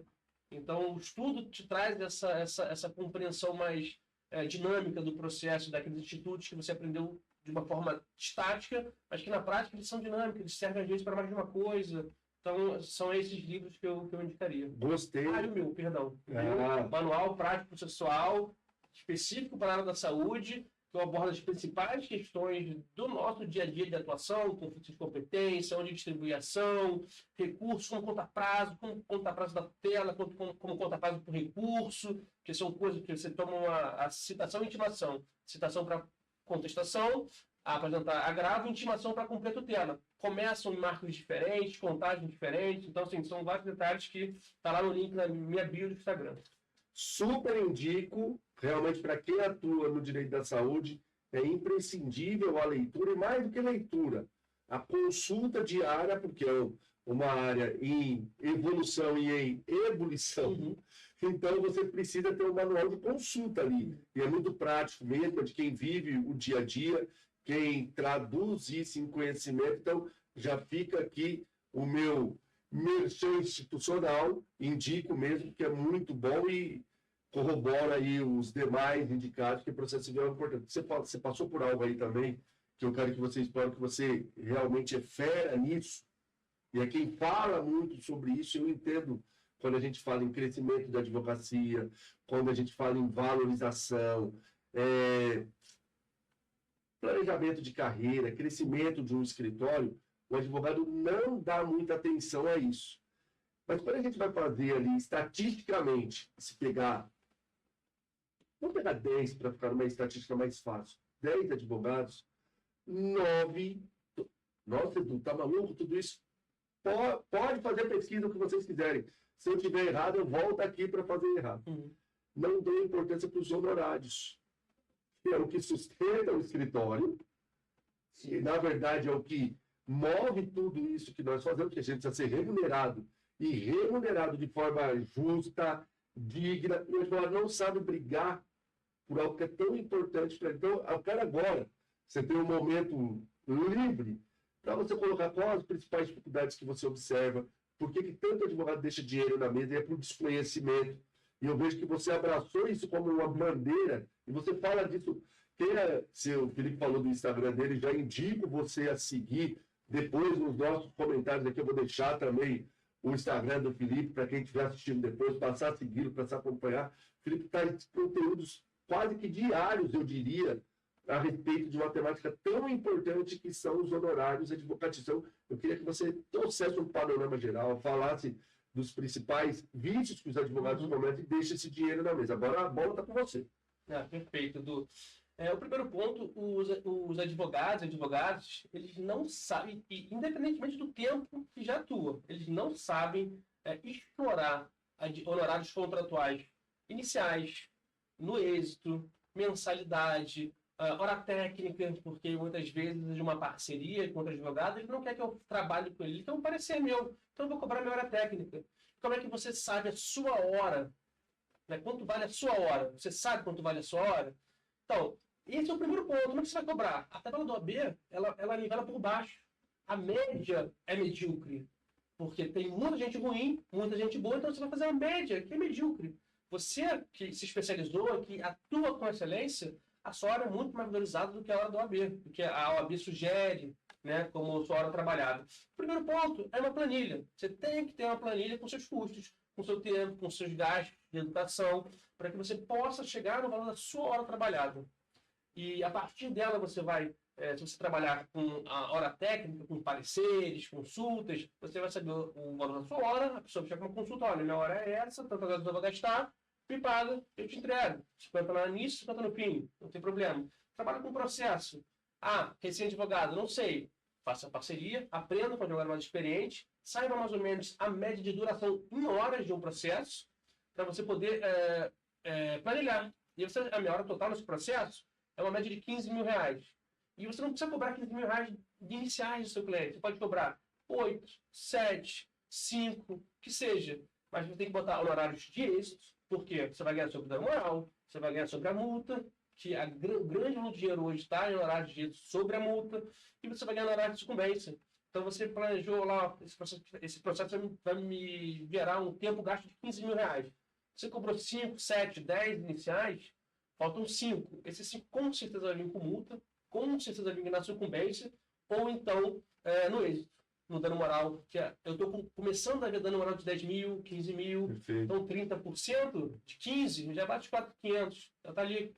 Então, assim, tudo que vier depois disso é muito lucro, sabe? Porque na tua hora você já botou a sua hora gasta para trabalhar, mas também sua hora para viver, seus gastos de lazer, seus gastos de cartão, seus gastos para planejar viagem, que seja, para comprar alguma coisa que você queira. Você não trabalha, você não planilha só o seu custo de advocacia, porque senão você paga para sobreviver. Você tem que botar também um dinheiro para você viver. Né? Então, é muito importante a sua hora. Não confundir horários contratuais de êxito, horários sucumbenciais. Saber como devem ser fixados os horários sucumbenciais. É muito comum um advogado me mandar mensagem, esses dias é maluco, às vezes ele fixa pela condenação, às vezes ele fixa pelo valor da causa, porque existe uma regra para isso. Né? Ele é maluco, ele não segue uma regra, porque não existe uma regra fixa. Então é caso a caso. Tem casos que vai ser sim pelo valor da causa, tem casos que não vai ser pelo valor da causa. Então, se você não souber, o juiz não vai saber. Porque ele não estuda para passar nessa parte da prova dele, da magistratura. Não cai isso. Cai lá no último tópico da avaliação de sentença, e é um tópico que, se ele errar, ele não vai ser reprovado. Então, ele não está nem aí para o teu dinheiro. Conversei esses dias com uma assessora, ela falou, Capucci, a gente precisa que o tribunal forneça manuais para explicar para a gente, porque a gente não sabe. A gente pergunta, o desembargador também não sabe. Eles não sabem. E a maioria dos desembargadores são formados no Código de 73. Óbvio que não vai saber, só que eles vão se atualizar sobre os seus honorários. Então é a gente que tem que saber. Com certeza. Olha, vou falar uma coisa aí para você, agora na hora de eu fazer o meu merchan. Meu merchan. Nós temos a honra de ter o Filipe Capucci, nosso plantão de dúvidas sobre o CPC na mentoria Master Saúde Legal. Por que eu falo honra? Porque o assunto processo civil que a gente está discutindo aqui, ele tem que ser feito de forma contínua. Para a gente formar melhores profissionais, eu preciso ter melhor profissional para chegar nesse ponto que você falou, não posso transferir a responsabilidade que é da minha carreira para o outro. Sim. Não é o juiz, não é o desembargador, não é o ministro do STJ. E aí a gente tem que torcer para ter um ministro, uma ministra, que foi o caso, até uma decisão recente da ministra Daniela, falando assim, logo eu vou diminuir a questão de honorários? Eu não.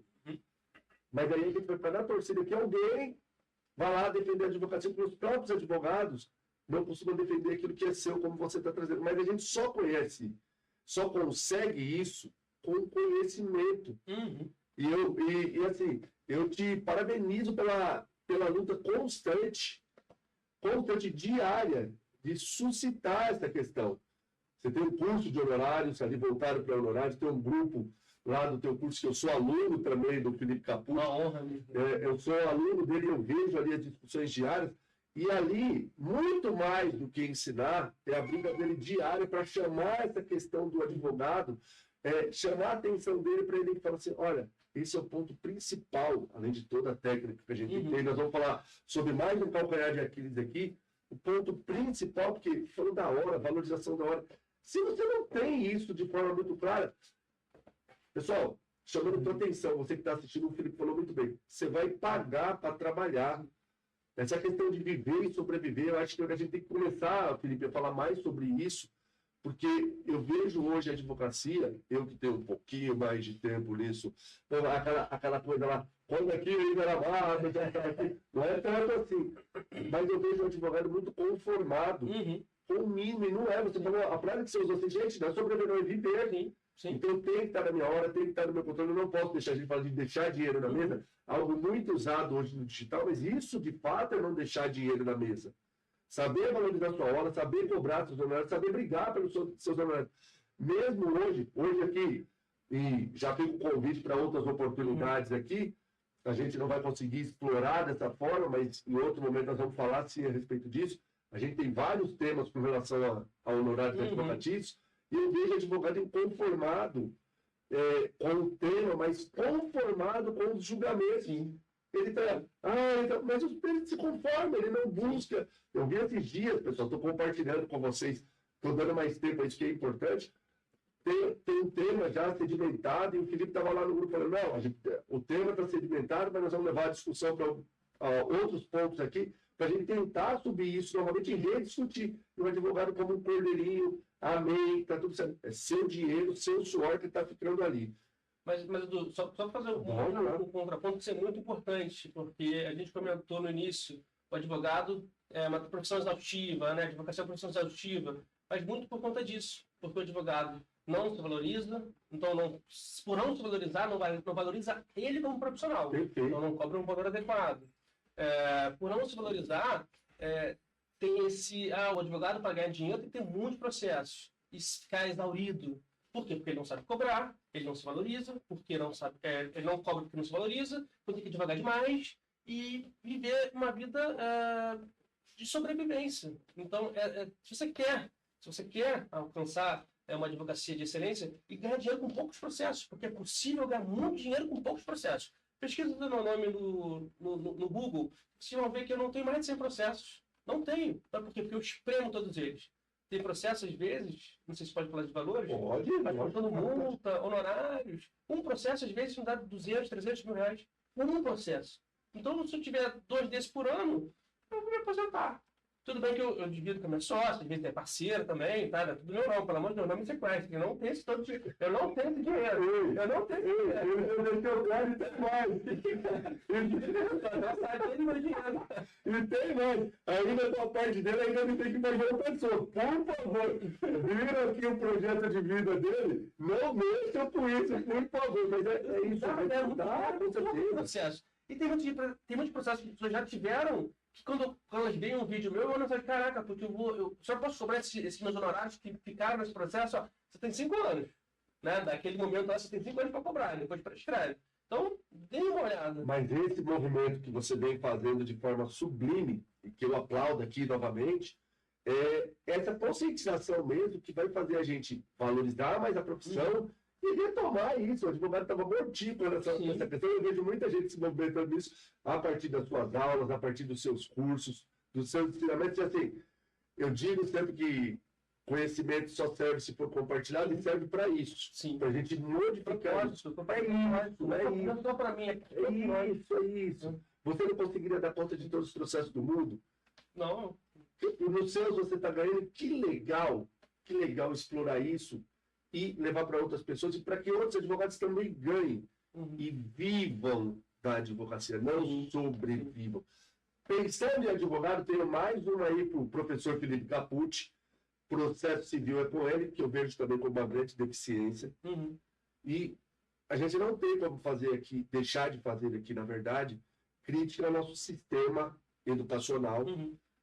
a nossa graduação em Direito, ela é falha até hoje, e não vai mudar ainda nesse sentido. Nós vamos ter que remar muito, tratar muito disso, conscientizar bastante, e eu vejo que o advogado sai cru, na verdade. Eu falo cru, porque às vezes eu vejo com dó. Depois que você passa, e que você adquire uma experiência, você fica olhando a formação e o ensino não mudar nesse sentido, você fala, caramba, aquele jovem vai sair ali de uma graduação, vou entregar uma carteira na mão dele, e aí depois é muito fácil criticar, mas ele tem um déficit na formação dele que vai gerar um tempo ali, um prejuízo para ele. Falei tudo Às isso. vezes nem é culpa dele. Não É é. culpa do próprio ensino, sistema de ensino. Você não consegue Ultrapassar. Você não consegue sair do que aquele sistema proporciona. É isso mesmo, você foi no ponto. E eu vejo algo que é um calcanhar de Aquiles. Vejo como dificuldade, vejo que também você explora isso, que é a questão recursal. Uhum. E recurso eu estou falando em todas as esferas, mas vejo também como grande problemática hoje, e nós estamos falando aqui em todas as áreas, vamos focar aqui na nossa área do direito da saúde. Hoje, invariavelmente, nós vamos estar discutindo questões em tribunais superiores. Como você vê esse panorama? Se você também enxerga essa dificuldade no advogado? E quais os pontos, as dicas principais, sem contar e sem dar spoiler, que virá novidades por aí com relação a isso? Já deixo aqui aberto, a gente tem que aprender com quem sabe. E o Felipe, ele domina isso e ele tem que levar isso para o mundo cada vez mais. Felipe, o que você hoje vê como principais dificuldades e as principais dicas, já dando ali para o pessoal também já ir melhorando essa questão, para a gente falar um pouco sobre recursos? Sim. Então, o primeiro ponto é que hoje a lei tem valido menos. A lei vale menos do que um tema de um tribunal, uma súmula de um tribunal. Então, o que acontece? Tudo que o STJ hoje transforma em tema, pelo vinculante, você não consegue, muitas vezes, num processo, lá na primeira instância, questionar. Então, o juiz faz uma decisão ruim, por quê? Porque ele não entende a técnica de decisão de precedentes, distinguishing, overruling, overriding, superação de precedentes, que seja, você não sabe o que fazer. Então, como é que você assume um processo e você não sabe impugnar essas decisões que saíram, inevitavelmente, sairão decisões ruins, que aplicam precedentes que não seriam aplicados, ou precedentes que estão errados, ou que já foram superados. Então, tem que saber meio de impugnação, entre eles o recurso. O recurso nada mais é do que um mecanismo de impugnação de uma decisão judicial equivocada.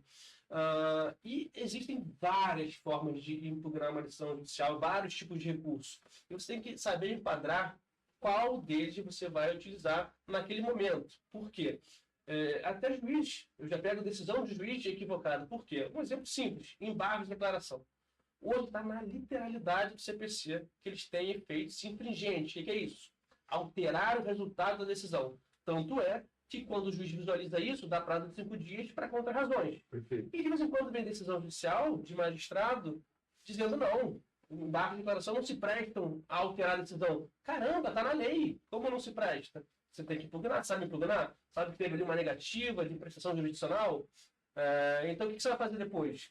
As pessoas, os advogados não sabem, se conformam. Será que aquela decisão que você embargou é agravável? Por quê? Porque hoje a gente tem um rol taxativo mitigado no agravo de instrumento. Esse rol taxativo maldito, a gente tem ele também no agravo de instrumento. Só que a maioria dos advogados não conhecem, porque o STJ tem um tema, 988. Porque, a princípio, o rol é taxativo, mas o STJ mitigou no tema 988. Você sabe quando você vai enquadrar e vai conseguir subir um agravo que não está nos incisos de 2015? A maioria não sabe. Então, assim, não tem como, e a gente volta para a primeira pergunta do Edu, não tem como você atuar como advogado se você não sabe os instrumentos processuais que você vai ter que se utilizar. Não é só distribuir uma inicial e seja o que Deus quiser. Se saiu liminar, ótimo. Se não saiu liminar, eu renuncio o processo, eu passo para o advogado. Não é assim que a advocacia funciona. Você não está sendo ético, você não está sendo profissional, e você nunca vai ser um bom profissional. Você nunca vai chegar onde você almejou lá, quando você entrou na faculdade, com aquele desejo de ser um bom advogado, de sucesso, daqueles seriados que estão na moda. Porque eu via e eu queria, não, eu quero ser aquele advogado, quero sustentar oralmente, fazer aquele show, até eu perceber que eu não sou aquele advogado. Eu não faço aquele papel. Eu posso sustentar, mas eu não sou um artista. Porque tem gente que vem artista e consegue fazer. Não, eu sou objetivo. Eu pego pela objetividade e pela ser certeiro, sabe? Tem que ser pontual. Porque eu sei o que ele precisa escutar. Porque o que o magistrado ou o desembargador precisa escutar. Por quê? Ah, porque eu sou foda. Óbvio que não. Porque eu leio muito inteiro o teor. Porque eu não... A gente vive a ementalização do direito. Ah, eu ouvi. Que um dia me brincaram. A dementalização do direito. Que é sensacional. Porque a gente vive enunciados. Então, se aplicam enunciados que estão errados, que você vai ler o teor, não é aquilo que foi decidido. O enunciado foi mal formulado, a emenda foi mal formulada. Então, assim, você sabe impugnar uma decisão errada dessa, que cita um precedente que está equivocado? Você não sabe, deveria. Então, assim, a advocacia realmente não é simples. E tem que estar, tem que tomar muito cuidado. Isso aqui é um ponto muito cuidado, mas não é só no direito. Para vocês não contratarem fake news jurídica, né? Cursos fakes, que o advogado diz que vai te resolver e não resolve, não te ensina, porque infelizmente que nem aquele curso, vendendo curso para ganhar dinheiro. E o cara ganha dinheiro que vendendo curso, porque ele não te ensina a ganhar dinheiro, ele ensina a vender também outros cursos, sabe? Tipo uma pirâmide. Então, a dica que eu dou primeiro, isso aqui é muito importante que eu descobri com você e até, não sei se eu poderia falar, mas na aba. Tenha generosidade. Porque pessoas generosas atraem pessoas generosas e todo mundo se forma um grupo generoso, uma discussão aberta, e claro, tem um bom senso, a discussão aberta não é lei, é uma petição de 50 páginas. Mas você tem um grupo para discutir, todo mundo cresce. Verdade. E isso é muito importante. Falou tudo, ó. Ele não vai falar agora, que eu já sei, porque ainda é um projeto, mas eu vou falar. Continue acompanhando o Felipe Capucci. Vou deixar aqui nos comentários do nosso podcast para você seguir o Felipe nas redes sociais e só fica atento, você que atua no direito da saúde, mas você que é advogado de outras áreas também, é legal que você tenha esse conhecimento. Vem novidades por aí com relação a recursos. Só digo isso. Cola no Felipe Capucci, CPC com ele conhece o nome que ele tem, agora é Felipe Capucci Ministro. Não é por acaso, é porque ele tem conhecimento mesmo e compartilha muito. Mas, passado dessa fase que eu trouxe aqui, o seu posicionamento e sua autoridade, porque de fato você está aqui de frente com o Edu. Hoje ele chegou no outro dia frente a frente. E sempre quem vai estar comigo vai ter um jogo rápido aqui. Ele não gosta de fazer esse tipo de bate-bola, mas nós temos um jogo rápido aqui. Vou dar um recado antes, rapidinho. Recado de Capucci para vocês, não acham que você faz tudo. Então, a gente está em novembro, né, mês de novembro. O meu curso de honorários está na Black Friday, novembro inteiro. Quem adquirir tem acesso ao grupo de WhatsApp para discussão de questões práticas, porque não adianta você saber a teoria e não saber aplicar, porque a prática é fluida. Às vezes a gente adapta algumas questões. Técnicas que na prática a gente sabe que é mais do que o juiz, a gente está direcionando o juiz para o que ele entende do que o que a gente quer impor, mas no resultado prático é o mesmo. Então está em promoção, #honorários com acento no A. E se você assistiu depois de novembro e acabou a Black Friday, se você falar que eu vi no Edu, me faz um cupom, eu te dou um cupom. Tá feito aí, ó. Nem combinado nada, eu já adorei. Tá aí para vocês. Aproveitem o cupom. O curso é sensacional e o grupo é maravilhoso. Vocês vão aprender muito com o Felipe Capucci. Mas você não vai fugir aqui de frente com o Edu. Não. Vai passar jogo rápido. Coloca a pergunta, vem que vira a sua mente. Tá, mas calma aí, porque eu sou pragmático, eu preciso planejar. Tem tempo, 10 segundos para pensar. Não, tem esse bate-bola, jogo rápido, tá. Você tem tempo. Aqui você pode tudo, Felipe. Você manda aqui. Eu não suporto. Picuinha. Eu adoro. Amigos e amigas, mas amigos do gênero. Eu não respeito. Falsidade. Tenho respeito por. Generosidade. Meu sonho é. Meu sonho, olha, não é meu, quer dizer, é meu, mas não para mim, mas ver minha família bem. Meus medos são. Meus medos são. Quando não se tem filho, é difícil ter medo, né? Tá medo tá ali, deixar os filhos Com sozinhos. certeza. Mas não ver meus sobrinhos crescerem hoje, né? Esse é o meu medo. Morro de rir quando? Então eu vejo um monte de quinta série. O que eu menos gosto em mim? O que eu menos gosto em mim. Talvez certo nível de procrastinação. Você não é rápido, você foi sensacional e num tempo espetacular, não pensou em nada. Muito pouco. Tá vendo? Foi. Eu queria ter falando respostas melhores. Nada. Não foi sim ou não, e foi bacana. Felipe, aqui no podcast diferente de todos os lugares. Geralmente no podcast, eu vou ficar aqui com você perguntando como eu fiz aqui. Falei da sua vida pessoal, falei da sua vida profissional, trocamos aqui várias figurinhas, mas aqui é diferente e o entrevistado ele tem direito a 3 perguntas ao entrevistador. Esse é o seu momento. Você pode me fazer 3 perguntas. Tá.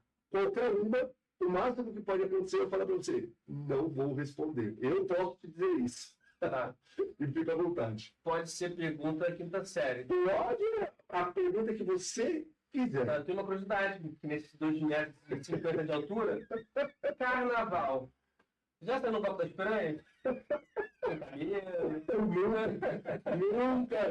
Nunca saí, não tive essa oportunidade ainda, já acompanhei alguns blocos, mas nunca saí dessa forma. Você falou em carnaval e estava recentemente num congresso em BH, Belo Horizonte, e tinham muitas pessoas do Rio, e eu externei a eles que o meu grande sonho é acompanhar o carnaval lá no Rio. Na Sapucaí? Então, assim, inclusive, não será no bloco do jeito que você falou, mas está previsto aí para 2026, parece que vão conseguir arrumar isso. Realização do sonho do Edu para desfilar lá numa escola de samba, eu não vou falar o nome da escola de samba. Desfilar. Vou desfilar na escola de samba junto com esse grupo, então, armando e depois acompanhar algo do camarote. Estamos ajustando, parece que vai rolar. Vou realizar um sonho, então um sonho que eu tenho. Mas o bloco das piranhas aí, eu nunca saí, mas também não descartaria se tivesse a oportunidade. Eu ia tranquilamente, ia viver a experiência. E a vida é assim, a gente vive a experiência. Tá, segunda pergunta. Comida preferida? Churrasco. Churrasco.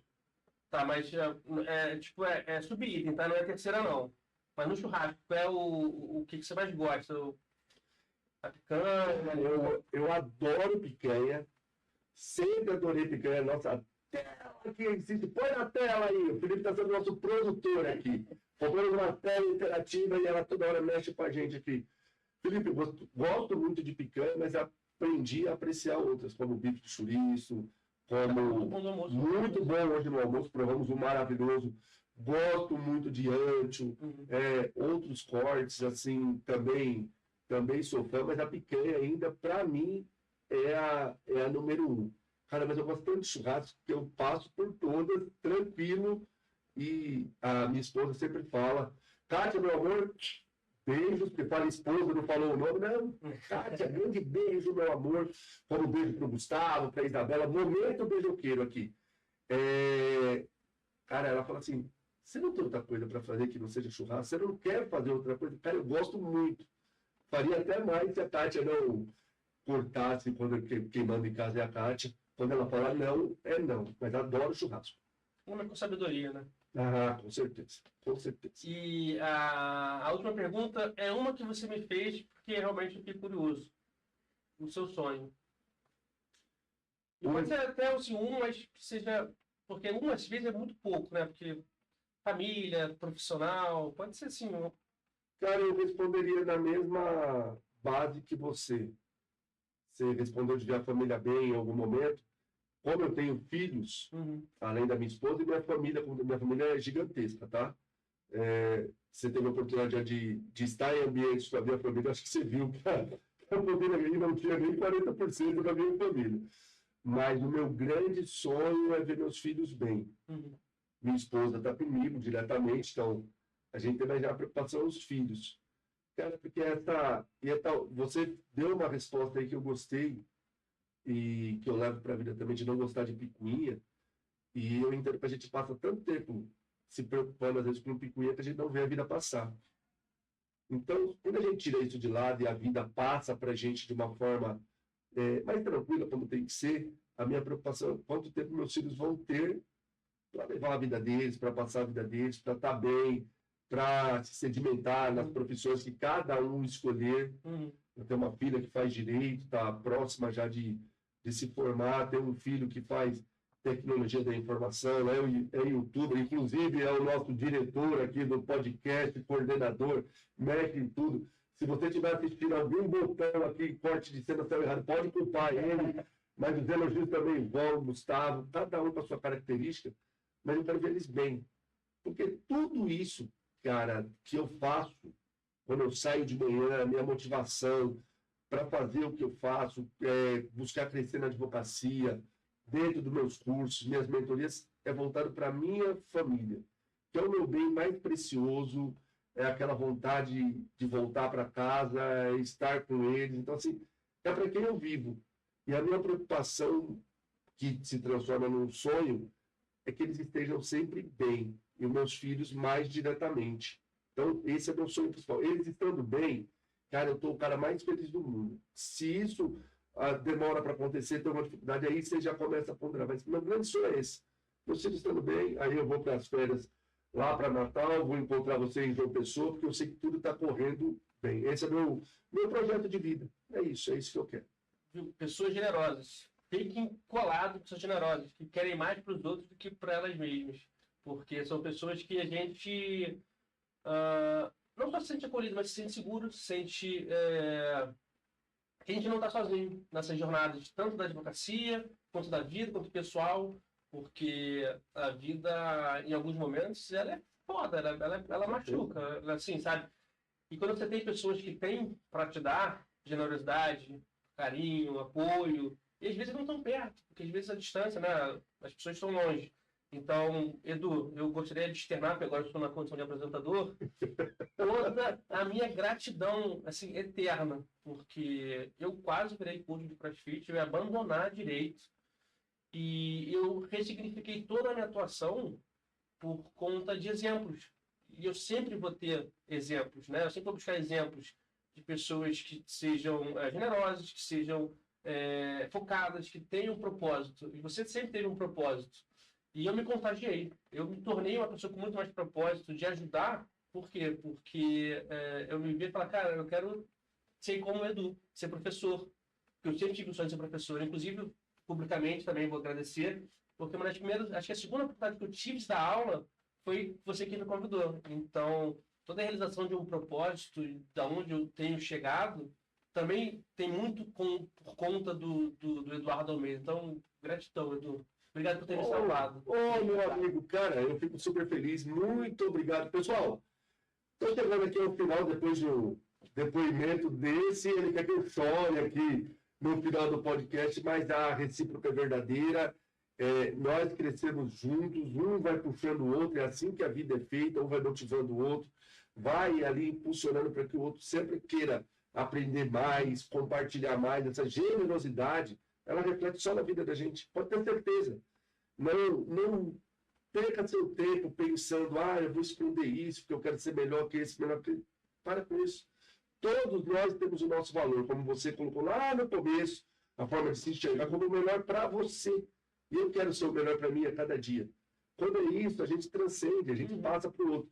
Então, Felipe, eu fiquei assim, muito envaidecido de você ter vindo para São Paulo. E eu sei o quanto é corrida, a gente viaja, deslocamento. Felipe nem foi para o hotel ainda fazer check-in, nada disso. Ele veio, aceitou o convite, está aqui. Ele sabe para a gente colocar isso no ar aqui, o trabalho que é. Então, assim, eu estou muito feliz que você tenha participado do podcast. Mais feliz ainda em saber a dedicação que você tem pela sua carreira, a pessoa que você é e o quanto você ainda vai crescer. Aí agora é um amigo babão que está vendo o outro crescer e admira muito. Eu sei que você vai crescer muito ainda, porque você é um cara espetacular, você é uma pessoa, assim, pouquíssimas pessoas têm o seu conhecimento e têm a sua generosidade em compartilhar sem nenhum egoísmo, que é o mais importante. Na nossa profissão, o ego é muito inflado. e o que atrapalha muitas pessoas sensacionais porque colocam o web em primeiro lugar. Então, assim, obrigado por estar aqui, obrigado por todo o compartilhamento, obrigado por muitos assuntos que você colocou aqui, que quem te conhece no dia a dia não é muito comum você falar, e você ficou muito à vontade de transferir. Então, foi um prazer enorme, meu amigo. Até a próxima. Grande abraço. Tamo junto.